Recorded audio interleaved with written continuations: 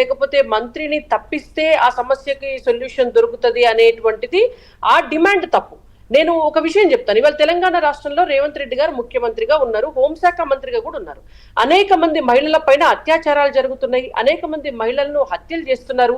ఇవాళ crime rate Telangana రాష్ట్రంలో పెరిగింది, హైదరాబాద్ లో మరింత పెరిగింది, భారతదేశంలో అన్ని రాష్ట్రాల కంటే ఎక్కువ తెలంగాణలో పెరిగింది. మరి ఇవాళ రేవంత్ రెడ్డి గారిని రాజీనామా చేయమనటమే మొదటి డిమాండ్ అవుతుందా? ఒకటి, ఇవాళ డిమాండ్ దేని కొరకు డిమాండ్ చేయాలి? నిజంగానే విద్యారంగంలో పేపర్ లీకేజ్ అనేటువంటిది తప్పు, అది దట్టు బి నీట్ పరీక్షలో. కాబట్టి అటువంటివి రిపీట్ కాకుండా ఉండాలి, ఖచ్చితంగా ప్రభుత్వము దానికి కావాల్సిన చర్యలు తీసుకోవాలి అని డిమాండ్ చేయడం న్యాయం. డెఫినెట్ గా గవర్నమెంట్ కూడా అదే చేసింది. నెక్స్ట్ టైం జరిగినటువంటి మళ్ళీ పెట్టినటువంటి పరీక్షలో అటువంటి తప్పిదాలు ఏవి జరగలేదు. రేపు పొద్దున మిగిలినటువంటి పరీక్షల్లో కూడా అటువంటివి జరగకుండా చూసుకుంటామని గవర్నమెంట్ కావాల్సినటువంటి యాక్షన్ తీసుకుంది.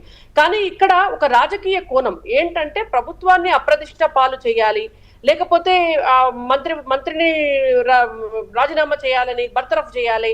ఈ డిమాండ్ వెనకాల అటు ఒక పక్క కాంగ్రెస్ పార్టీ, మరొక పక్క లెఫ్ట్ పార్టీలు కలిసి ఆడుతున్నటువంటి ఆట ఇది. ఎందుకు అనంటే ఇది ఒక సోషల్ మీడియా మూవ్మెంట్ గా దాన్ని మొదలు పెడితే ఆ సోషల్ మీడియా మూవ్మెంట్ గా సోషల్ మీడియాలో వచ్చినటువంటి రెస్పాన్స్ అనేటువంటిది ఇనీషియల్ గా గ్రౌండ్ లో కనబడకపోయేసరికి కాంగ్రెస్ పార్టీ, లెఫ్ట్ పార్టీలు ఇప్పుడు వాళ్ళకి భవిష్యత్తు లేదు. మీరు చూస్తున్నారు, ఎలక్షన్స్ జరుగుతున్నా కొద్దీ లెఫ్ట్ పార్టీలకు ఆఖరి బేస్ అయినటువంటి పశ్చిమ బెంగాల్ కావచ్చు, కేరళ కావచ్చు, అవి కూడా వాళ్ళ జారిపోయినాయి. కాబట్టి ఇవాళ వాళ్ళకి భవిష్యత్తు లేదు. ఇంకొకటి, కాంగ్రెస్ పార్టీకి కూడా ఇవాళ దక్షిణ భారతదేశంలో మనకు కొద్దో గొప్ప వాళ్ళకు ఊపిరి దొరుకుతుందే తప్ప ఉత్తర భారతదేశంలో మొత్తానికే వాళ్ళ అడ్రస్ గల్లంత అయిపోయినటువంటి క్రమంలో వాళ్ళకు ఉన్నటువంటి ఇండి కూటమిలో కూడా వెంకటకృష్ణ గారు ఎక్కడ కూడా ఇండి కూటమిలో ఉన్నటువంటి పార్టీలు కూడా కాంగ్రెస్ తో కలిసి ప్రయాణం చేసేటటువంటి పరిస్థితి లేదు.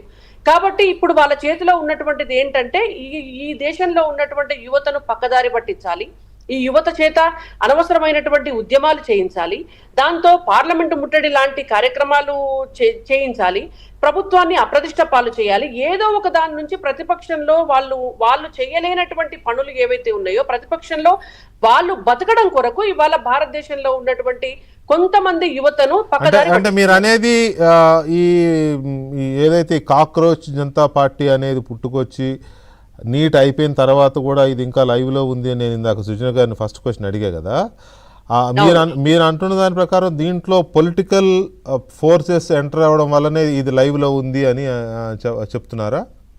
100%. ఇప్పుడు అసలు దీన్ని మొదలు పెట్టిన వ్యక్తి ఎవరండి?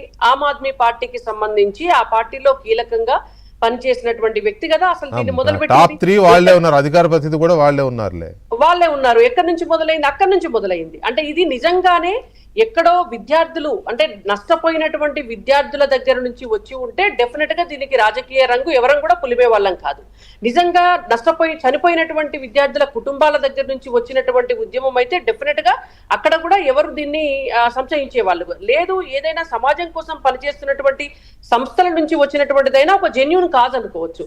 కానీ కేవలము రాజకీయం కొరకు పుట్టినటువంటి రాజకీయ పార్టీ, సామాజిక సేవ చేస్తామని పుట్టి రాజకీయ రంగు పులుపుకున్నటువంటి పార్టీలోంచి ఉన్నటువంటి వ్యక్తుల ద్వారా పుట్టినటువంటి పార్టీ లీడ్ చేస్తున్నటువంటి వ్యవహారం ఇదంతా. ఖచ్చితంగా ఇది విధ్వంసం. నేను ఒకటే అడుగుతాను, వ్యవస్థలో మార్పు కావాలి, వ్యవస్థలు బాగుండాలని కోరుకునేటటువంటి వాళ్ళు పార్లమెంట్ ని ముట్టడి చేస్తాము, పార్లమెంట్ అటాక్ చేస్తాము అని డిమాండ్ చేస్తారండి. అది న్యాయం అవుతుందా? అంటే మీరు అన్న దాంట్లో రుద్రమ గారు ఇంతకు ముందు కూడా రైలు ప్రమాదాలు జరిగినప్పుడు రైల్వే మంత్రులు రాజీనామాలు చేసిన సందర్భాలు చాలా ఉన్నాయి మన దేశంలో. కానీ వివిధ రాష్ట్రాల్లో కొన్ని ఘటనలు వచ్చినప్పుడు మన దగ్గర ఏపీలో ఉమ్మడి రాష్ట్రంలో కూడా హెల్త్ మినిస్టర్ రిజైన్